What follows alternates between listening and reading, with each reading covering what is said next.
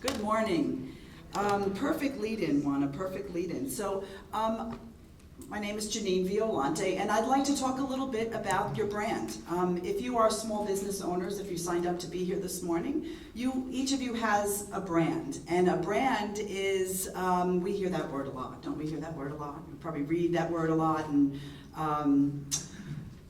a brand is more than your logo. A brand is how your customer perceives you. And I'm going to talk a little bit about standing out and having your brand stand out, your business and your brand stand out in a crowded marketplace. Agreed with me, I'm sure everybody agrees that we are in a crowded marketplace. Every industry is saturated, every industry. We probably have several different industries represented here, and I'm sure everyone experiences that, knows that their industry is saturated. If you went to buy cereal this week in ShopRite, you see a saturated industry with all the different brands bombarding you, right? And your customer experiences that also. And an overwhelmed customer gets confused, and confused people don't buy. Do that, Kathy. Confused people don't buy. So what I want to talk to you a little bit about is how to make your brand stand out. So one of my first recommendations would be to know your competition, to know who you're up against. Who are the other players? You can easily Google your industry easily, and you can see who else comes up. And what are they doing? Who are they? What do they look like? What are they doing? How are they represented? And if you were their customer, how are you perceiving them? Who cares? I find this very humbling, but I ask myself this question too. Does your company pass, or does your brand pass the who cares test? For me, there are many graphic designers, and who cares that you're a graphic designer? Who cares that you're the best? Or who cares that you're the best realtor or insurance or whatever your industry is? Really, who cares? What is it that makes you better, and what is it that makes me want to use your service? So if you could put yourself in their shoes and ask yourself that question, well, really, if you're thinking about your own brand, who is that really interesting? Does it make a difference to the potential customer? This might take time and a little bit of trial and error. I know for myself, I've had to really navigate who my ideal customer is, and you'll have to do that too. You might try some things and it doesn't work, and you try something else, but where is the space? Where is the opportunity?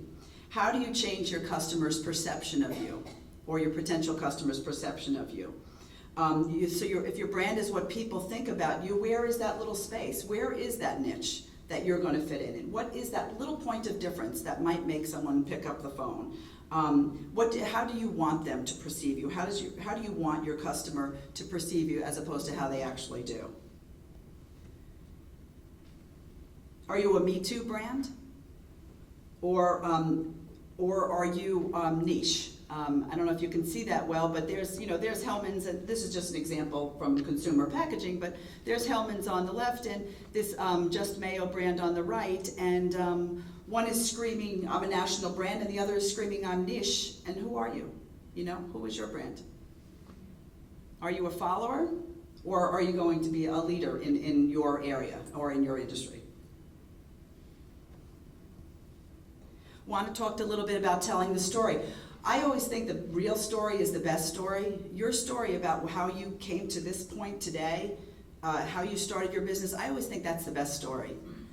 Kathy told a little bit about our stories, what our backgrounds were. I worked in corporate America, designing, but and then I decided to offer those services to the small business owner. Those stories, and you each have your own, those are the best stories. Those are the stories that people really care about, because you are all experts in what you do. You are. And if you could tell that story, your own unique story, and stick to it. As Juana said, the consistency is really key. If you could stick to that story throughout all of your platforms, meaning your social media and your website, if you have a consistent story and your customers seeing that each time you show up, they say the same thing. That develops a level of trust with your potential customer.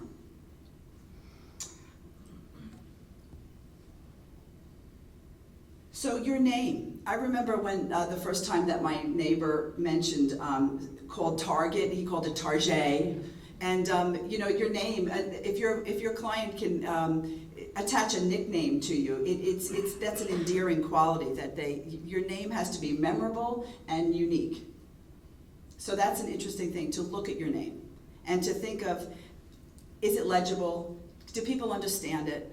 Are they going to perceive it? Or because if it's confusing, people just click off and click to the next one. So if you could keep it unique and memorable and easily understood.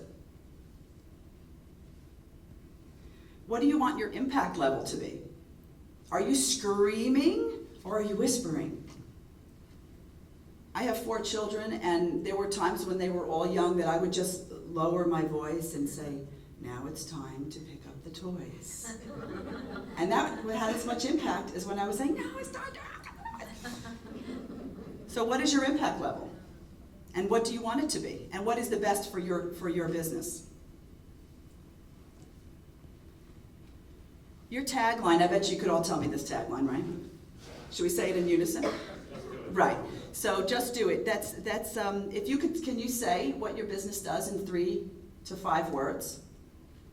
Can you like put it into that? Because that would be great. Quick tagline tells people, boom, this is what I do.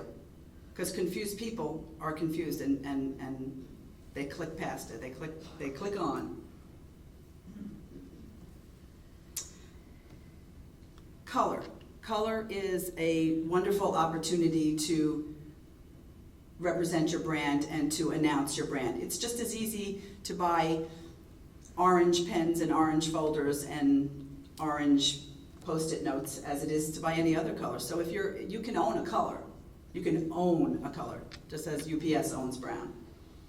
I think it's interesting what Optimum is doing now with the trucks, how they have all those colors. I think that's fabulous. I love that because they decided we're not going to own a color, we're going to own every color.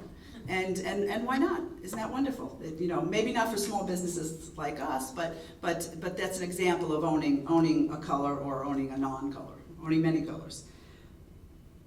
But wear your brand, wear your color, use color to your advantage.